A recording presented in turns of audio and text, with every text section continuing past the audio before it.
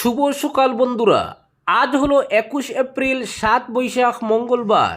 আজকের সকালের বিশেষ বিশেষ খবর হলো বিরোধীর সরকার হবে, প্রথম ক্যাবিনেট বৈঠকের অপেক্ষা গৌরবের, 70 থেকে 80 আসনে জয়, বিস্ময়কর ফলাফলের দাবি বিরোধীর। কৃত্রিম বন্যায় ভাসল গুয়াহাটি, এক রাতে রেকর্ড 117.4 মিলিমিটার বৃষ্টি। ঝড় বৃষ্টির তাণ্ডবে স্তব্ধ মহানগর, নর্দমায় পড়ে মৃত্যু এক মহিলার, বহু এলাকায় ভূমিস্খলন, সতর্কতা জারি প্রশাসনের। গৌহাটি হাইকোর্টে আগাম জামিনের আবেদন পবন খেরার। লক্ষ্মীপুরে গুলি করে খুন বৃদ্ধকে, বন্দুকসহ আটক 4। রাজ্য কাঁপানো অবিনীল হত্যাকাণ্ডে দোষী সাব্যস্ত 20, 25 অভিযুক্ত দোষমুক্ত। 24 এপ্রিল শাস্তি ঘোষণা করবে আদালত। শ্রীভূমিতে বুট গণনা, প্রশিক্ষণ শুক্র ও সোমবার। শ্রীভূমিতে চাল, ডাল, চিনি, লবণ ও কেরোসিন বরাদ্দ। নতুন বাজার ডাকাতিকাণ্ডের মাস্টারমাইন্ড গ্রেফতার, সুনাই পুলিশের বড়সড় সাফল্য। গুয়াহাটিতে রেকর্ড বৃষ্টি, একাধিক জেলায় ইয়েলো অ্যালার্ট। এবং সর্বশেষ খবরটি হল রামকৃষ্ণনগরে দুঃসাহসিক চুরি, নগদ 14 লক্ষ টাকা ও স্বর্ণালঙ্কার লুটে চাঞ্চল্য। এবারে শুনুন বিস্তারিত খবর। নতুন বাজার সংলগ্ন সালেপুরে ডাকাতিকাণ্ডের মাস্টারমাইন্ডকে গ্রেফতার করতে সক্ষম হলো সুনাই পুলিশ। স্থানীয় যুবক শিবাজিৎ দেব ওরফে বাবলুকে গ্রেফতার করে পুলিশ। এ নিয়ে 6 জনকে গ্রেফতার করা হয়। পুলিশ সূত্রে জানা গেছে, ক্লেভার হাউস প্রথম খণ্ডের বাসিন্দা শিবাজিৎ দেব ওরফে বাবলুকে সোমবার বিকেলে সুনাই থানার ওসি ত্রিদীপ কুমার বোরার নেতৃত্বে পরিচালিত এক বিশেষ অভিযানে গ্রেফতার করা হয়। শিবাজিৎ দেব নরসিংহপুর উন্নয়ন খণ্ডের বিপরীতে অবস্থিত উষা জুয়েলার্সের কর্ণধার ও কর্তা হিসেবে পরিচিত। সে বিভিন্ন এলাকায় পুলিশ পরিচয় ব্যবহার করে ডাকাতি চালাত। উল্লেখ্য, আগে গ্রেফতার হওয়া ডাকাতরা হলো জাহিদুল ইসলাম বড়বুইয়া, বাড়ি শালচাপড়া গ্রাম কাচাড়; আফজল হোসেন, বাড়ি হাওড়াঘাট হুজাই; আসকর আলী ওরফে কালা, বাড়ি শিলডুবি সুনাই; বুরহানুদ্দিন চৌধুরী, বাড়ি বাঁশকান্দি লক্ষ্মীপুর; ইদর আলী লস্কর, বাড়ি বাঁশখাল দোলাই কাচাড়। এদিকে চক্রের কথিত মাস্টারমাইন্ড গ্রেফতার হওয়া এলাকায় স্বস্তি ফিরে এসেছে বলে জানিয়েছেন স্থানীয় বাসিন্দারা। তবে একাধিক ডাকাতিকাণ্ডে জড়িত পুরো চক্রটিকে দ্রুত আইনের আওতায় এনে কঠোর শাস্তির দাবি জানিয়েছেন তারা। পরবর্তী খবরটি হল রামকৃষ্ণনগর শহরে সোমবার বিকেলে এক দুঃসাহসিক চুরির ঘটনায় ব্যাপক চাঞ্চল্যের সৃষ্টি হয়েছে। স্থানীয় বাসিন্দা শামাবুদ্দের বাড়িতে চোরের দল হানা দিয়ে নগদ প্রায় 14 লক্ষ টাকা এবং বিপুল পরিমাণ স্বর্ণালঙ্কার লুট করে নিয়ে যায়। স্থানীয় সূত্রে জানা গেছে, শামাবুদ্দের স্ত্রী জুমাবুদ্দের বড় মেয়ে অসুস্থ থাকায় সোমবার বিকেলে তার জন্য ঔষধ আনতে তিনি বাড়ির পাশের বাজারে যান। সেই সময় বাড়ির অন্যান্য সদস্যরাও বাইরে ছিলেন। বাড়ি ফাঁকা থাকার সুযোগে চোরেরা পরিকল্পিতভাবে বাড়িতে ঢুকে, প্রাথমিকভাবে অনুমান করা হচ্ছে, বাজার থেকে ফিরে জুমাবুদ্দ দরজা খুলতেই ঘরের ভিতরের অবস্থা দেখে স্তম্ভিত হয়ে পড়েন। ঘরের পেছনের দরজা খোলা, আসবাবপত্র এলোমেলো এবং আলমারির তালাভাঙ্গা অবস্থায় দেখতে পান। পরে খতিয়ে দেখে জানা যায়, আলমারিতে রাখা নগদ 14 লক্ষ টাকা ও পরিবারের বহু বছরের সঞ্চিত স্বর্ণালঙ্কার উধাও। ঘটনার পর জুমাবুদ্দ কান্নায় ভেঙে পড়লে প্রতিবেশীরা ছুটে আসেন। মুহূর্তেই এলাকায় আতঙ্ক ও উত্তেজনা ছড়িয়ে পড়ে। স্থানীয় বাসিন্দাদের অভিযোগ, দিনের বেলা এমন দুঃসাহসিক চুরির ঘটনা নিরাপত্তা ব্যবস্থার বড়সড় ফাঁকফোকর তুলে ধরেছে। খবর পেয়ে রামকৃষ্ণনগর থানার পুলিশ ঘটনাস্থলে পৌঁছে তদন্ত শুরু করে বাড়ির বিভিন্ন অংশ পরিদর্শন করে সম্ভাব্য সূত্র সংগ্রহের চেষ্টা চালানো হচ্ছে। প্রাথমিকভাবে মনে করা হচ্ছে, চোরেরা বাড়ির পেছনের দিক দিয়ে প্রবেশ করে পরিকল্পিতভাবে চুরি সংগঠিত করেছে। স্থানীয়দের একাংশের ধারণা, বাড়ির গতিবিধি সম্পর্কে পূর্ব ধারণা ছিল এমন কেউ এই ঘটনার সঙ্গে জড়িত থাকতে পারে। পুলিশ সেই সম্ভাবনাও খতিয়ে দেখছে। পরবর্তী খবরটি হল গুয়াহাটিতে রেকর্ড বৃষ্টি, একাধিক জেলায় ইয়েলো অ্যালার্ট। রবিবার গুয়াহাটিতে ভারী বৃষ্টিপাতে নতুন রেকর্ড গড়েছে। গত 24 ঘন্টায় শহরে মোট 117.4 মিলিমিটার বৃষ্টিপাত রেকর্ড করা হয়েছে, যা 1951 সালের পর এপ্রিল মাসের একদিনে সর্বোচ্চ বলে জানিয়েছে ভারতীয় আবহাওয়া বিভাগ। এই পরিস্থিতির মধ্যেই বড়জোড়ে অবস্থিত আঞ্চলিক আবহাওয়া কেন্দ্র আরও একটি আগাম সতর্কতা জারি করেছে।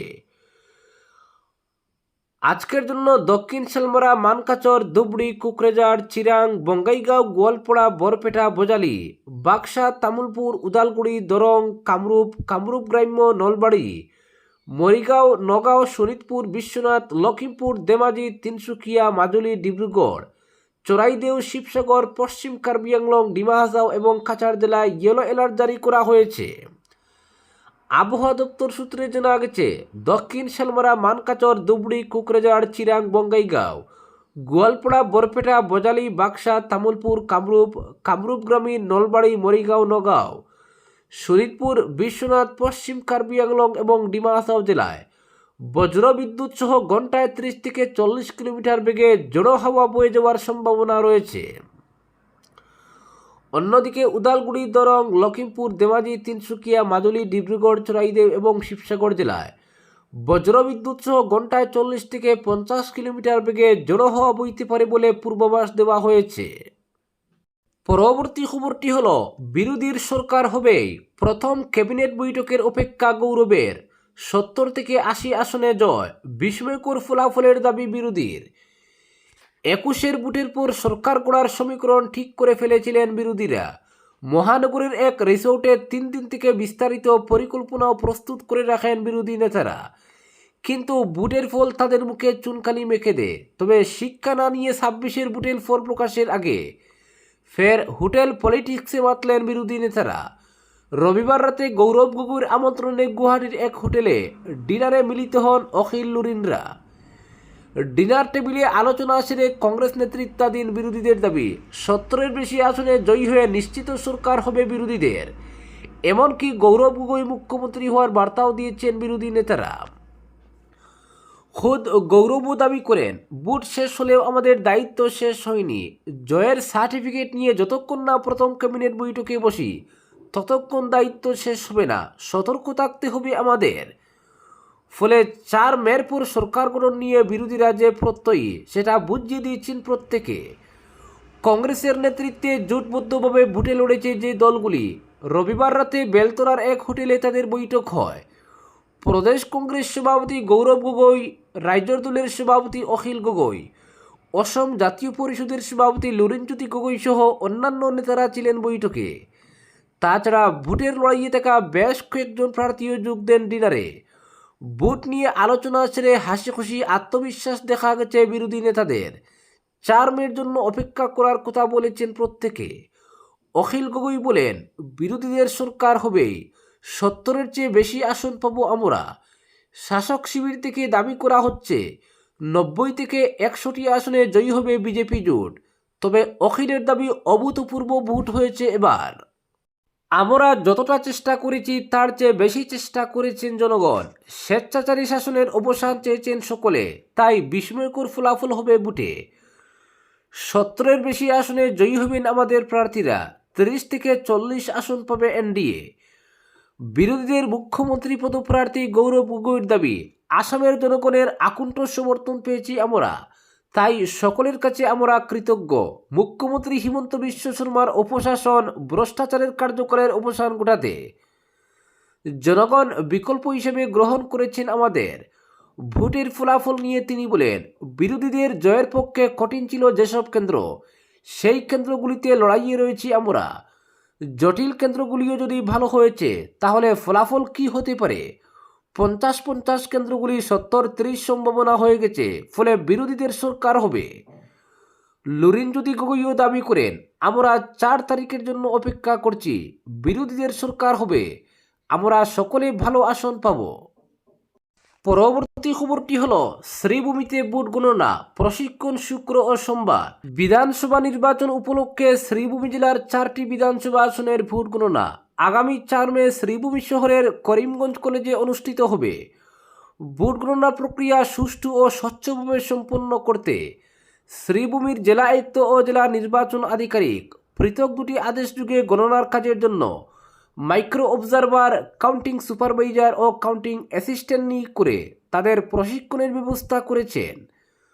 ওই আদেশ অনুসারে আগামী 24 এপ্রিল শুক্রবার ও 27 এপ্রিল সোমবার প্রতিদিন সকাল 11টা থেকে জেলা গ্রন্থাগার প্রেক্ষাগৃহে মাইক্রো অবজারভারদের এবং রবীন্দ্র সদন গার্লস কলেজে কাউন্টিং সুপারভাইজার ও কাউন্টিং অ্যাসিস্ট্যান্টদের 2 দিনের প্রশিক্ষণ অনুষ্ঠিত হবে।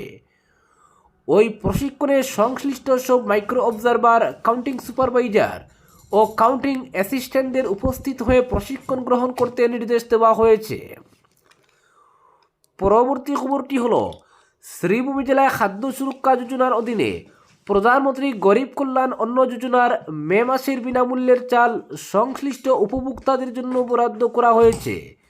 শ্রীভূমির খাদ্য গণবন্টন ও উপভোক্তা বিষয়ক বিভাগ থেকে এই চাল অন্তদয়া অন্ন যোজনার কার্ডধারীদের জন্য কার্ড পিছু প্রতি মাসে 35 কেজি এবং প্রায়োরিটি হাউসহোল্ড রেশন কার্ড হোল্ডারদের প্রতি মাসে মাথা পিছু 5 কেজি করে বিনামূল্যে বন্টন করতে রেশন দোকানিদের নির্দেশ দেওয়া হয়েছে। পাশাপাশি জেলায় মে মাসে সরকার নির্ধারিত রেহাই মূল্যের 1 কেজি করে ডাল, চিনি ও লবণ বিক্রির জন্য বরাদ্দ দেওয়া হয়েছে। এছাড়া খাদ্য সুরক্ষা যোজনার শহর ও গ্রামাঞ্চলের কার্ডধারীদের এপ্রিল ও মে মাসে 0.080 লিটার করে কেরোসিন তেল বিতরণের জন্য বরাদ্দ দেওয়া হয়েছে। পরবর্তী খবরটি হলো, লক্ষ্মীপুরে গুলি করে খুন বৃদ্ধকে, বন্দুকসহ আটক 4। লক্ষ্মীপুরে 60 ঊর্ধ্ব এক বৃদ্ধকে অত্যাচারের পর গুলি করে হত্যা করা হয়েছে আসাম মণিপুর সীমান্তের জিরিঘাটে। মৃত ব্যক্তি জিরিঘাট থানাধীন আটগড় গ্রামের বাসিন্দা, নাম লুকুমিয়া লস্কর। হত্যাকাণ্ডের জেরে একটি বন্দুকসহ 4 জনকে আটক করেছে জিরিঘাট পুলিশ। জানা গেছে, সোমবার 7 সকালে লুকুমিয়া মহিষ চড়াতে ঘর থেকে বের হয়েছিলেন। এমন সময় একদল যুবক বন্দুক নিয়ে তাকে ঘেরাও করে পরে গুলি চালিয়ে ভয়ের মুখে তাকে নিয়ে যায় বন্দুকধারী দল। পরবর্তী সময় লুকুর মৃতদেহ উদ্ধার হয় তার ঘর থেকে দূরে বাঘখাল রাস্তায়।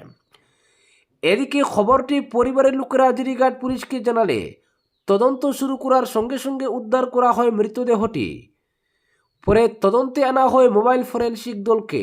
প্রত্যক্ষদর্শীরা জানান, পুলিশের সঙ্গে উপস্থিত হয়ে লুকুকে নির্মমভাবে হত্যা করার দৃশ্য দেখতে পান।